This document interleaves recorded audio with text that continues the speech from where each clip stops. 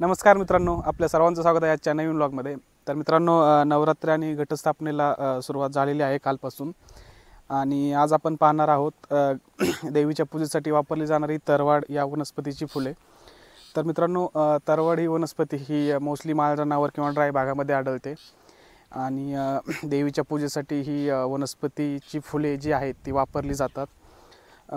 मराठीमध्ये आपण त्याला तरवाड म्हणतो, जसे की परत वेगवेगळ्या भाषेत त्याची वेगवेगळी नावंही प्रचलित आहेत आणि त्याचं सायंटिफिक नेम पण आहे। कारण ही एक वनस्पती जी आहे ती औषधी वनस्पती आहे आणि त्या वनस्पतीचं प्रत्येक गोष्ट म्हणजे जसं की पान, फूल, बिया किंवा त्याची फांदी असेल तर प्रत्येक गोष्ट किंवा त्याची साल असेल ही औषधासाठी ही वापरली जाते आणि ही वनस्पती खूप गुणकारी आहे।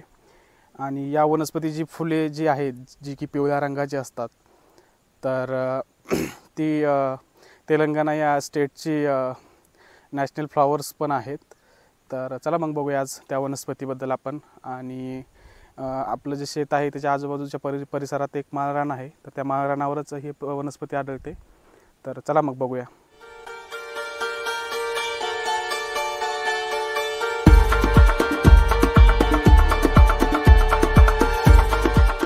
तर मित्रांनो, माळरानातून ज्यावेळेस आपण जात असतो तर त्यावेळेस काही गोष्टींची काळजी घेतली पाहिजे, जसं की गवतामध्ये जास्त करून हिरवे साप वगैरे आढळतात किंवा विंचू हे आढळतात, तर त्याची मोस्टली ही आपण काळजी घेतली पाहिजे।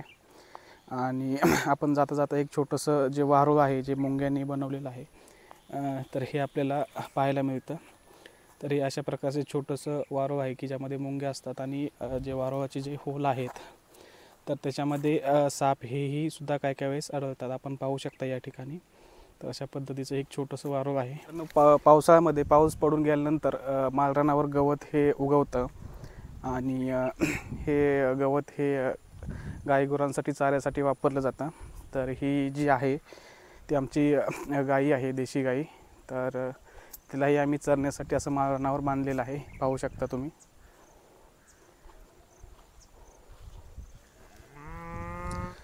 तर मित्रांनो, समोर जी पाहतोय आपण ती तरवाड ही वनस्पती आहे आणि त्याची ही अशा प्रकारची पिवळी ही फुले असतात।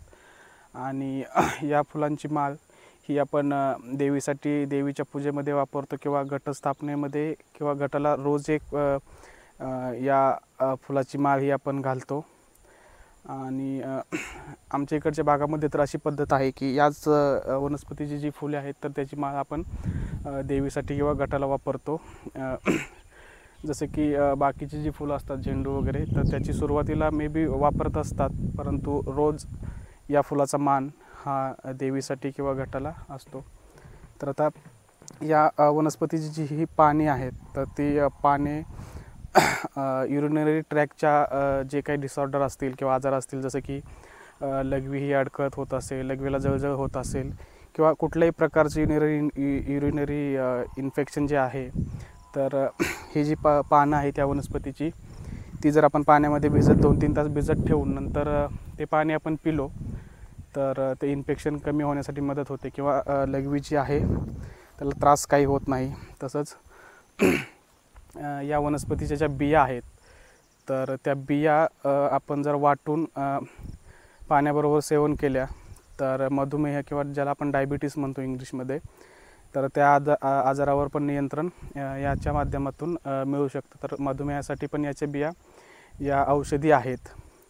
तिसरी गोष्ट म्हणजे या झाडाची साल किंवा ज्या फांद्या ज्या आहेत, जर आपले दात दुखत असतील किंवा दातातून हिरड्यातून रक्त येत असेल तर ह्या झाडाच्या फांद्या किंवा साल ही आपण जिथं जो दात दुखत आहे किंवा दाढ दुखत आहे तर त्या ठिकाणी आपण ठेवल्यास थोडासा आपल्याला आराम हा मिळून जातो।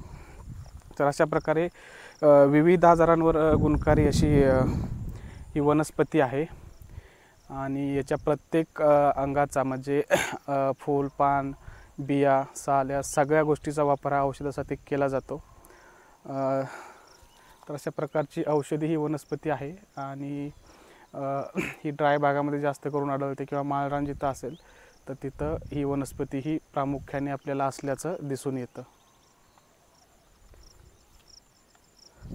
तसेच मित्रांनो, ही जी तरवडाची पाने जी आहेत तर ती चहामध्ये टाकून पण आपण पिऊ शकतो। तर अशा प्रकारचा चहा सेवन केल्याने मधुमेह जो आपला आजार आहे तर त्याच्यावर पण आपल्याला नियंत्रण हे मिळवता येतं. तशाच प्रकारे या झाडाची जी साल आहे तर ती साल पण आपण बारीक करून जर चेहऱ्यावर लावल्यानंतर तर चेहऱ्याचा थोडासा सुरकुत्या कमी होऊन चेहरा उजळतो. अशा प्रकारे विविध आजारावर गुणकारी वनस्पती आहे. तसेच जर आपले डोळे जळजळ करत असतील किंवा डोळ्यामधून जर घाण येत असेल तर या झाडाच्या ज्या बिया आहेत तर त्या बिया वाटून त्याचा लेप जर आपण डोळ्यावर दिला पापण्यांवर आपल्या तर डोळ्याला आराम मिळतो. तर हे सगळे विविध जे उपचार आहेत जे की आपण आयुर्वेदिक म्हणतो तर खरंच ही वनस्पती आरोग्याच्या दृष्टीने महत्त्वाची आहे.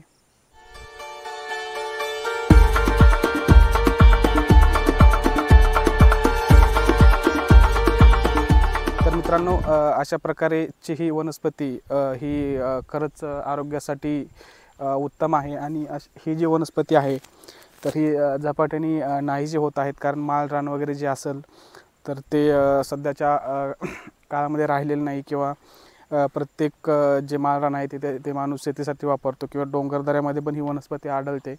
पण तिथंही झाडांची तोडणी वगैरे या सगळ्या गोष्टींमुळं ही वनस्पती नाहीशी होत आहे. तर अशा प्रकारच्या वनस्पती आपण ह्या जपल्या पाहिजेत मित्रांनो.